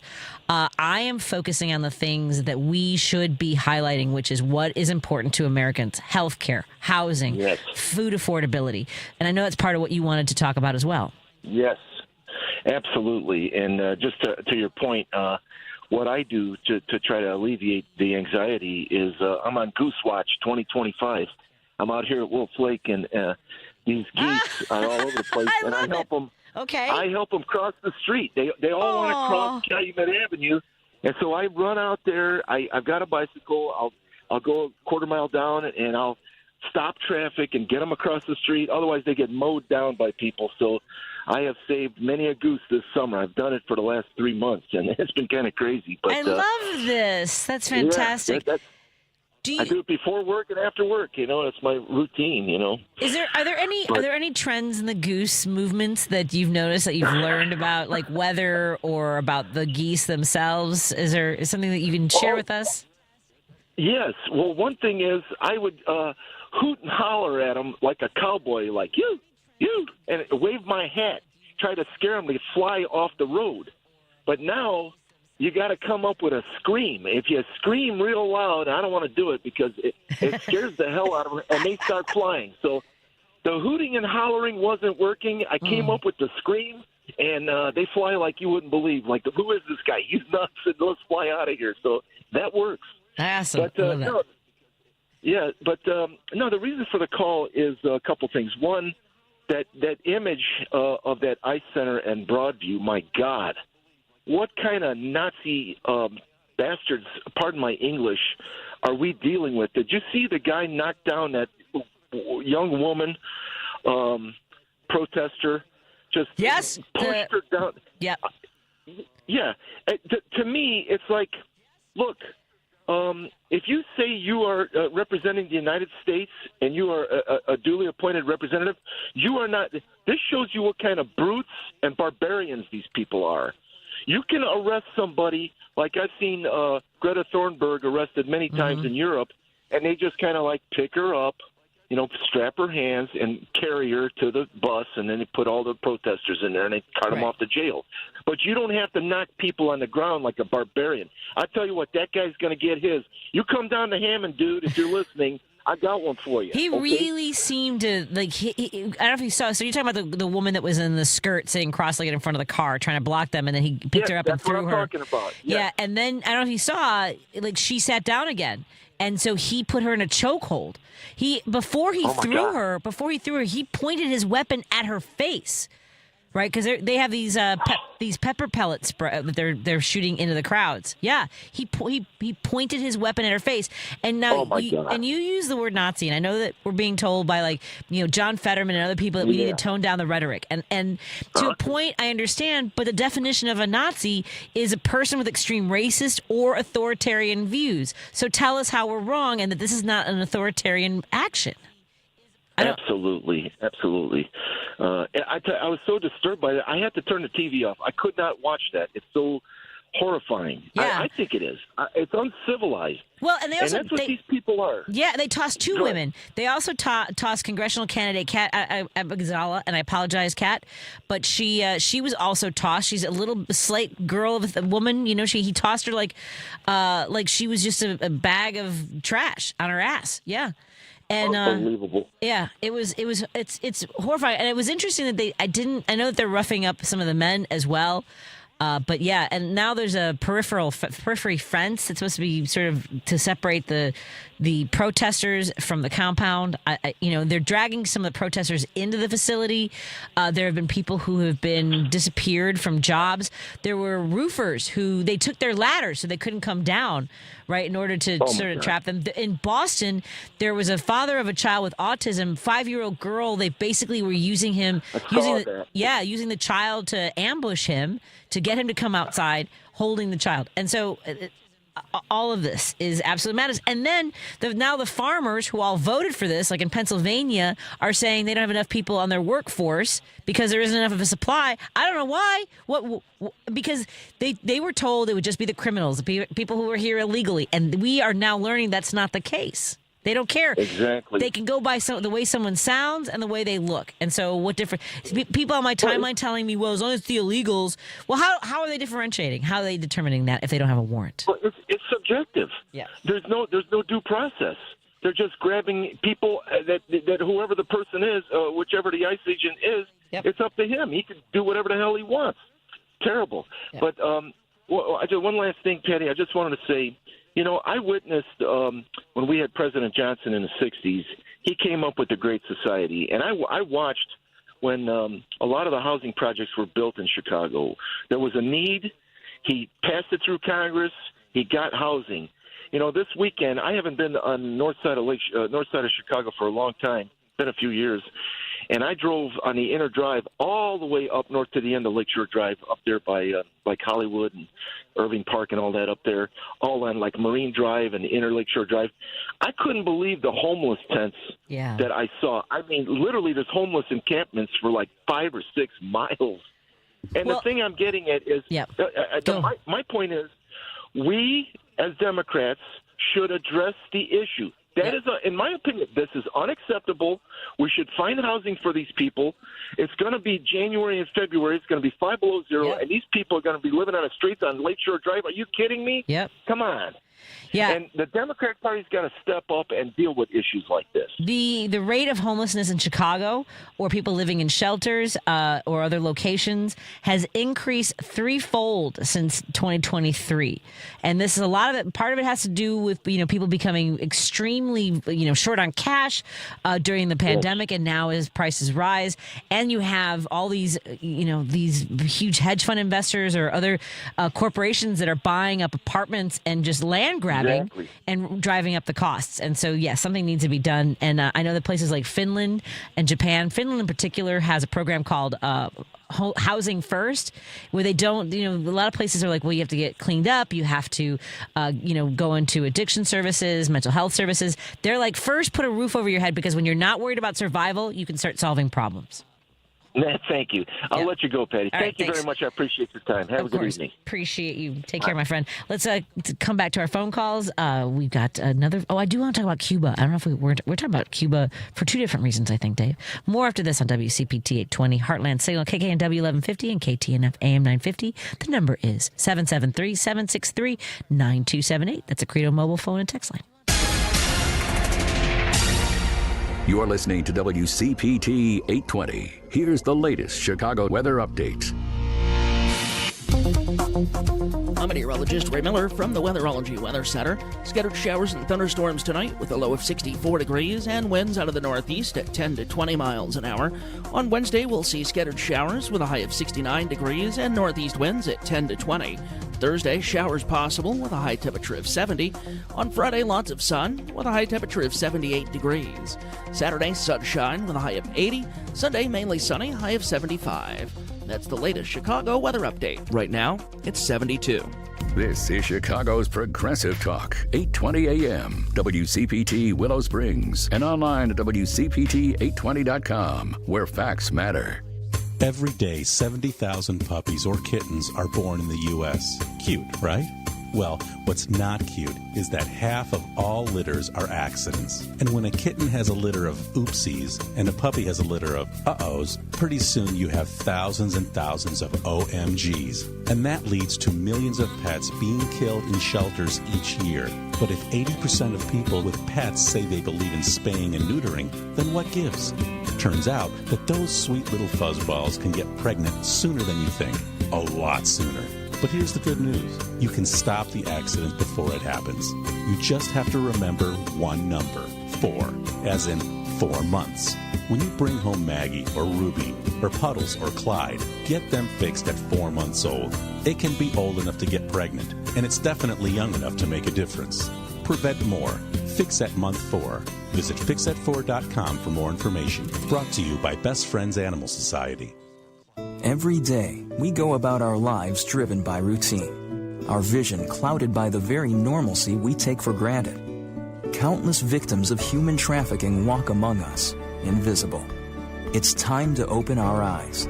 The Blue Campaign provides a unified voice for those who combat human trafficking, whether it's forced labor, domestic servitude, or the sex trade. Learn what you can do to help by visiting dhs.gov/Blue Campaign. Because facts matter. You're listening to WCPT 820. Union Strong Chicago continues to lead the way with progressive values and in preserving democracy. Your support of the Minocqua Brewing Company Super PAC efforts in Wisconsin and beyond strengthens the fight against MAGA Republicans. You can now purchase progressive beers like Labor Lager, Love Wins Fruited Sour, and the Resistance IPA in Chicago at Rogers Park Provisions, Diversey Beer, Wine, and Spirits in Lakeview, Park West Liquor, Wine, and Beer in Lincoln Park, Logan Square Liquors, and Tip Top Food and Liquors in Westtown. Visit Minocqua NaquaBrewingCompany.com for all their Chicagoland locations. As always, no matter how bad our sports teams are, please drink responsibly. Patti Vasquez is taking your calls now. We need to speak out about this. At 773-763-9278. Hello. It's Driving It Home with Patti Vasquez. Thank you so much for joining us as we continue to drive it home. Also want to remind you to go to pridecoffeeroasters.com. They brew your coffee with pride, and you can find them at the Edgewater Monday Market, Ravenswood Community Farmers Market, Wednesday, September 24th. That's this week. I'm sorry, they were Edgewater today. Actually, that was yesterday. I need to get my calendar into my head at some point. But here, go to their website so you can see their entire schedule of all the events, including Jefferson Park Sunday Market. That's Sunday, September 28th. I will be there. I am a volunteer, and I will be there from 9:30 to 1:30. That's at 4822 North Long. And when you go to their website, pridecoffeeroasters.com, you can sign up for a bean subscription. You can also purchase some of their fun swag. But they have some great, incredible single origin beans that they roast from places like Brazil, Uganda, Colombia, Nicaragua, Vietnam. And you can see right there their photo of all of their labels that are in progression of a rainbow. Let's go to our phone lines. Dave has been on hold patiently, I believe, I hope. Hi, Dave. You're on the air. What's on your mind, my friend? Hey, Patty. Hey, this morning I heard Stephanie Miller talking about what we talked on last night on that Bill Berrien from Wisconsin's governor, run. Yeah. See, we scooped them even. That's right. So they must have been listening. Anyway, I was telling Lady B where I saw a story where it said that more than 1,000 Cubans have signed contracts to fight for Russia against Ukraine, and 39 so far have been confirmed dead by a spokesman for Ukraine's military intelligence. And he said in a press briefing convened by Cuban-American Republican lawmakers from South Florida. The spokesman also said that the number of Cubans hired by the Russian military to fight its war against Ukraine could be as high as 20,000. And then they said that Cuba is ranked at the very top amongst source countries for mercenaries. Jeez. Yeah. That's wild. Yeah, and then real quick, you're talking on the farms and that. Do you remember in Trump's last term, in just Wisconsin alone? If memory serves me right, I used to have notes. I guess I must have purged them out. But I think that if memory serves me correct, I think there was about 700 farms got lost, to whatever. And then there had been suicides, a lot of suicides amongst many farmers too, after they lost that. And you're talking about with the soybeans and stuff ain't been making us. Well, I understand. I heard where Brazil has gotten close to a 20-year soybean contract with China now because they got PO'd with Trump's tariff plan, and the soybeans are dying in the field. No buyers. Exactly. And you know what? You would think that they would be angry at Trump. Many of them voted for him all 3 times.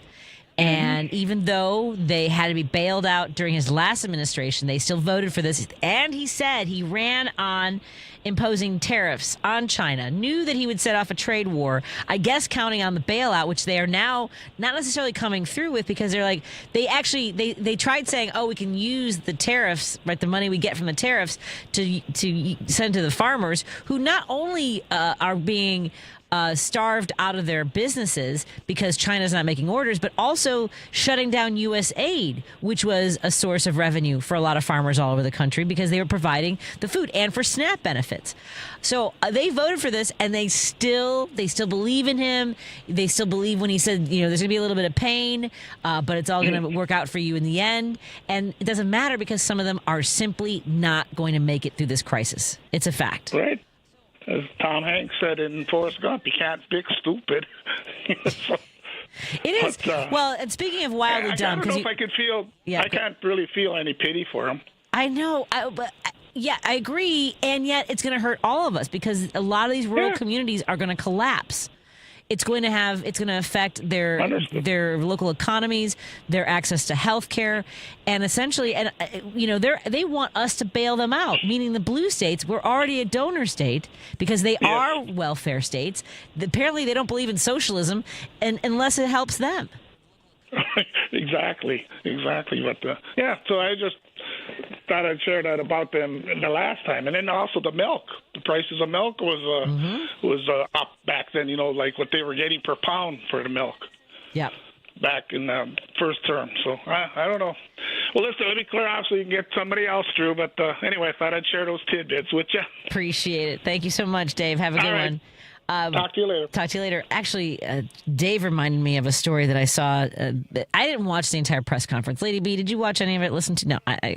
Apparently, he can't say acetaminophen. And believe me, sometimes I stumble over words. But if you're going to come out and make that kind of boast, that kind of claim, and say that Tylenol causes autism, even though they're like all the autism researchers are like, we didn't say that. That's not according to any data, any research that they've provided.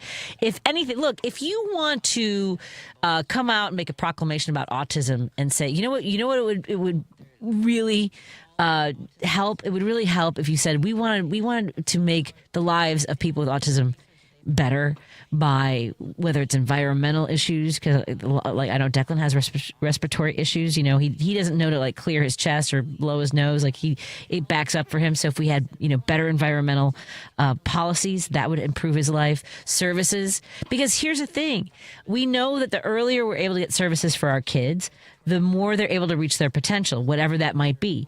And the other thing is support services, right?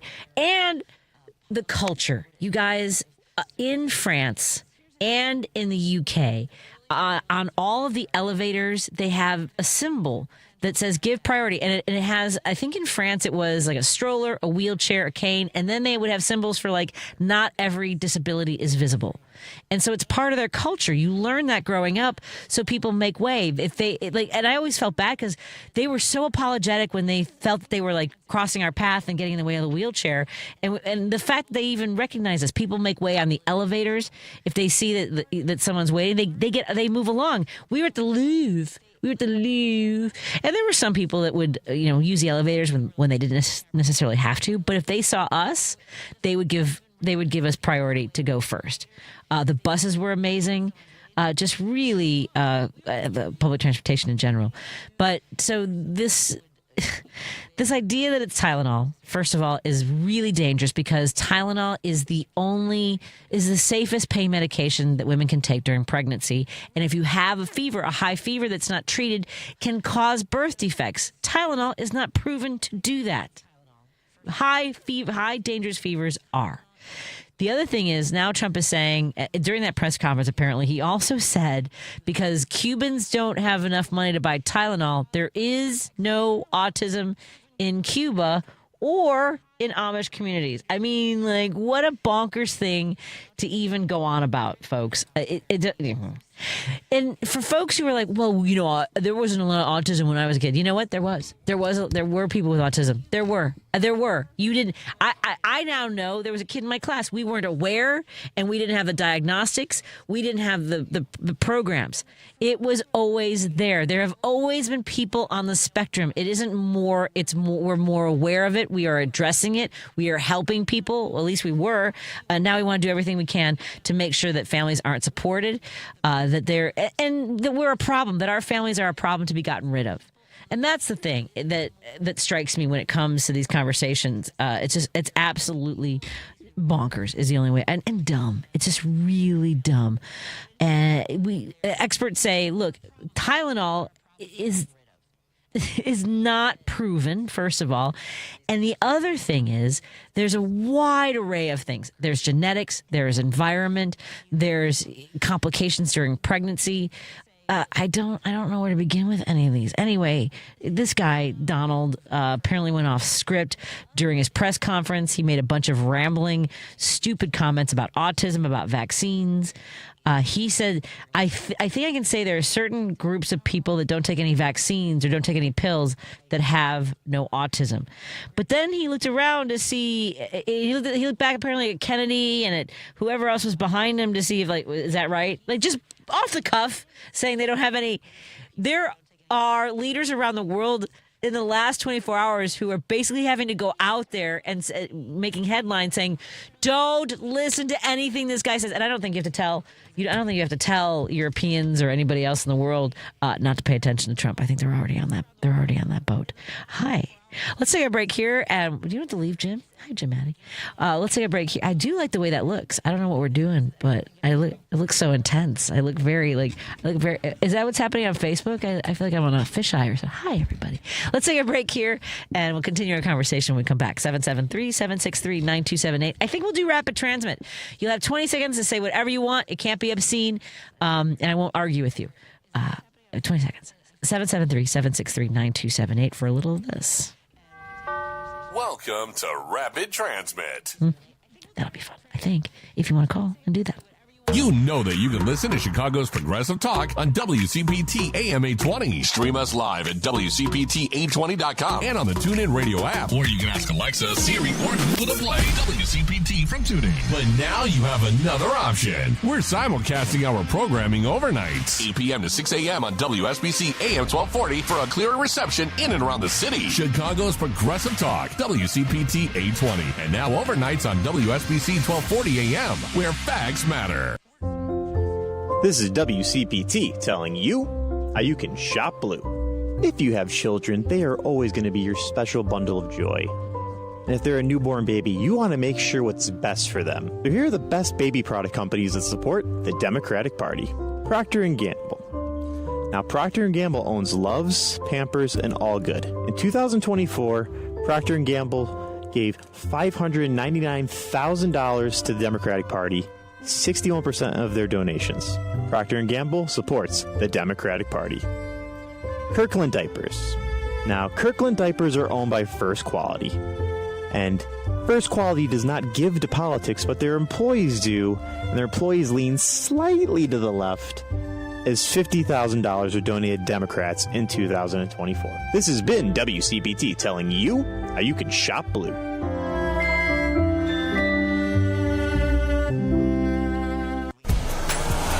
There are 1,000 ways to say it. Nope. Knock it off. Shut it down. Dream on. No dice. Give it a rest. Not a chance. Or just all text. You focus on the road. As a passenger, you have the power to prevent an accident. There are 1,000 ways to stop a distracted driver. Choose one. A message from CTIA. Hey Google, play WCPT. Streaming Chicago's Progressive Talk from TuneIn.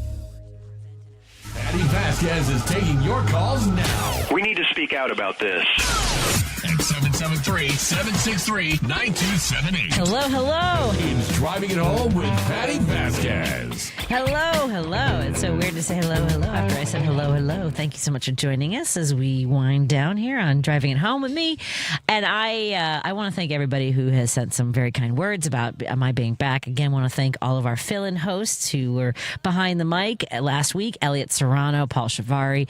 I know Jaime de Leon was here. I know that Elliot had some sidecars as well. Dwayne Kennedy and Esmeralda Leon.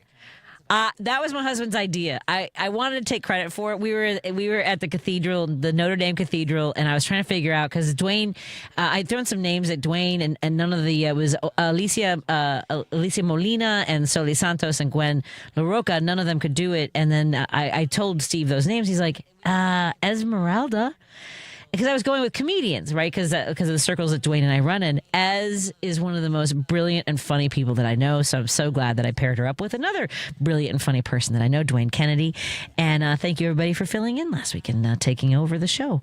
And I am going to leave again at the end of the month. I know this is hard to believe, everybody. I know it's going to come as a shock to folks who listen to the station, that I will be going to New Orleans for Day of the Dead. For Halloween and the Day of the Dead, one of my best friends, Susie Flores, you've heard her on the show, Dr. Susie Flores, the author of Face Hooked and Wolverine, the rage, the psychology of his rage.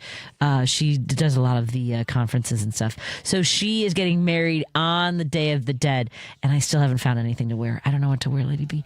But am I turned into? It's so weird now because I'm supposed to turn. Am I turning to the right? Okay. Hi, everybody. If you watch on Facebook, you can see me trying to figure out which way I'm supposed to look. How's everyone doing? I'm going to look longingly into your eyes and ask you, are you watching Jimmy Kimmel tonight? Are you going to watch our local school on America's Got Talent? By the way, Chicago's Leo High School, as columnist Heidi Stevens mentioned in the last hour, will be performing again on America's Got Talent. The all-boys Catholic school on Chicago's South Side is going to be competing once again. They've done a couple covers, but their first performance that got them on the show into another opportunity was an original song. So I'm very excited about that. So it's going to be tonight at 8 o'clock. That's our friends right here in Chicago, Chicago's Leo High School, performing on America's Got Talent. And then I will be watching. I asked my husband to make sure we set the DVR for Jimmy Kimmel. I don't watch any of the late night shows. I talk about this stuff for 2 hours a day. I listen to WCPT all day long, from Richard Chu, Stephanie Miller, to Tom Hartman, Jonas Esposito. After the show, I listen to our friend Rick Smith. We've got a politics bar, and then Matt McNeil, and of course the Gailey Show is on very early in the morning. They'll be joining us this Friday. Looking forward to hanging out with them. So I don't have room. I don't watch MSNBC either. I don't watch any. I know that our friend Dan Schaefer, the host of the Politini, watches Fox News. I don't watch that. So no, I mean, I scroll. I follow Aaron Parnas on social media, and that's where I kind of get some of the breaking headlines, and I really appreciate the work that he does. So if you're looking for folks on social media to give you sort of just the bullet points, and then just listen to us, and I know sometimes the news can be annoying, that's not our fault. So let's get, by the way, if you want to do rapid transmit, Lady B, folks, it doesn't have to, rapid transmit does not have to be about politics. You got 20 seconds to say whatever you want. Lady B will put it into the notes if that's what you want to do. So give us a call, 773-763-9278. Chris is calling from Geneva. What's on your mind, my friend? Hey, Patty, love your show.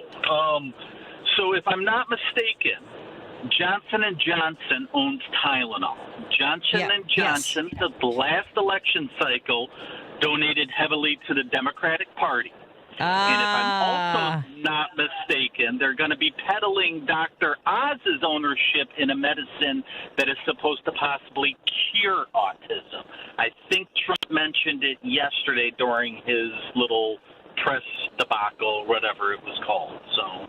Yeah, so there's a website called Goods Unite Us, and I looked this up today about whether or not Johnson & Johnson donates to Democrats or to Republicans, and I think it's almost split, but let me double check to your point. So you're saying it was retaliation, and then whatever, is this something to benefit whatever Dr. Oz has his hands in, right? Yeah, Trump is a buffoon. I mean, again, I always say this. He bankrupted a casino. Yep. How can you? I mean, I could go and run a casino not knowing anything about casinos and make it successful because it's a casino. Yep. The house always wins. By the way, Johnson & Johnson gives slightly more, 53% to 47% of their donations go to Democrats. But I don't know, to your point, you mentioned like more recently that it seemed to be a bigger number. But so they do give more to Democrats. Mm-hmm. Awesome. Well, thank you, Patty. Thanks for the good work you do. Oh, I appreciate that. Kind of you to say. Have a great night, my friend. I was looking earlier as to whether or not Johnson & Johnson can sue, and I guess there's a kind of there is a path for them, but I can't remember there's some restriction as to whether or not they can sue the federal government. There's got to be something they can do, considering the fact that these are lies. They're verifiable in the fact that they have none of what they're saying. It has been proven. There's no data to back up these claims that they have. So, Lady B, if anybody wants to do rapid transmit rapid transmit, just put it in the message box. You can talk about anything. It could be traffic. It could be Trump. It could be who you think should run for president. By the way, are you noticing that some of the other possible candidates for president of the United States have been popping up on different talk shows like Governor of Kentucky, Andy Bashar, as well as Governor Shapiro of Pennsylvania. So it'll be interesting to see as we get closer how this shapes up. Do you know that tonight's guest on Jimmy Kimmel is going to be Governor Newsom? So hopefully our governor of Illinois also gets a shot at being on that couch as well. So I'm just saying. When I was in Scotland, there were some folks that were they were very invested in our politics, and I look forward to connecting with them again because they said be safe, and I was like, I'm trying. We've got Brad on the line from Arlington Heights. Hey, Brad, what's on your mind, my friend? Oh, I'm just thinking back to the times I used to call you on that station that will not be named. It's owned by Nexstar now, by the way, so that makes a lot of sense. Yep. You know, I've wanted to call them so many times and talk to one of their BSAB hosts. They always have that, what's his name, Leland whatever his name, Leland Vittner or whatever, right, on News Nation. That's their go-to source for quote-unquote news. And anyway, I didn't mean to get off on that. No, you're more than welcome to. Yeah, the guy in charge of my former station, I found out towards the end as things got more heated and ugly that he is like basically on the phone with Trump every week. So close friend. It makes more sense now. Were looking they back. Nexstar when you were there too? Yeah, no, they weren't. But the executive in charge of both the TV and radio. Gotcha. Yeah, okay. Same guy. Yeah. Yeah, it's pretty amazing what they're trying to do. They only want to go from 39% to 80% market coverage with this Tegna merger. That's why they're doing it, obviously. Yep. Yeah, well, we're pretty deep. You know what? And I listen to you guys very, very often, but I get so depressed thinking about what you're up for. You know, that's why I admire people like you, man. I wish I had your attitude, and I'm so grateful to you for what you do. And I want to give a shout-out to my brother, who used to work for Caterpillar, and he had a very high position there. He's the only Democrat in there. Wow. And he used to, I will not go into any more details because what I'm going to say. He speaks fluent Spanish, and he goes to an inner city church in a city which I won't name, and he helps 3 or 4 days a week at least translating with doctors who treat mostly illegal immigrants in the basement of this church, and they have a security system where they won't let anybody in, so they're fairly but he does this 3 or 4 days a week. He's retired, drives people around, he takes them in, talks to them, and you know, he spends a good bit of his retirement time doing that. I just wanted that's great. Yeah, say how grateful I am to people like him. I'm trying to force myself to do something like that, but I'm just I'm getting to the point where, Jesus, you know, if I had ancestry that would allow me to go somewhere else, it's something that's I've thought about it. And I have other friends of mine that are thinking about doing it. I've thought about it. When I was in Scotland, I was like, I could see myself here. Apparently, damp is my comfort level of environment. I like cold and damp, like Scotland. Really? I love Glasgow. I really did. And my flight attendant told me to move to Belgium. I mean, and she lived in Andersonville. She's originally from Belgium. She lived here for 10 years. And she told me that it would be a good place for me to go to make sure my son has care for the rest of his life. But no, I hear you. I'm here for the fight, man. That's I know, and people like you should be people like me, which is not, which maybe this will get me off of my, you know what. You're joining the conversation is part of it, and not giving up, you know, and I get it. We're definitely in an exhausting, anxiety-ridden. Well, and that's one of the main facets of the rise of fascism, is to make people hopeless. Yeah, and that's why I'm so glad that you're here, because calling in means that you haven't given up, and I appreciate that. Yeah, I wish that there were more people that were we talked about this on your other show so many times. Yeah. These people you can't reason with them. No. And they are shameless. Yes. That's their main strength, is they're completely shameless. Exactly. I've got to run, my friend, and I'll talk to you again soon. Don't make this the last time. I look forward to talking to you. Take care. You again. Thank you. I'm glad I got it up to you and give you guys a call. So Me too. Stay safe. I appreciate it. You too. I want to thank our sponsors, Monaco Brewing Company, Solar, Pride Coffee Roasters, and Kids Above All. Thank you, Lady B. Have a great night, everybody. Hey, Tom Harbin here. Mark your calendar for Wednesday, October 15th at my favorite deli restaurant, Max and Benny's in Northbrook. I'll be there talking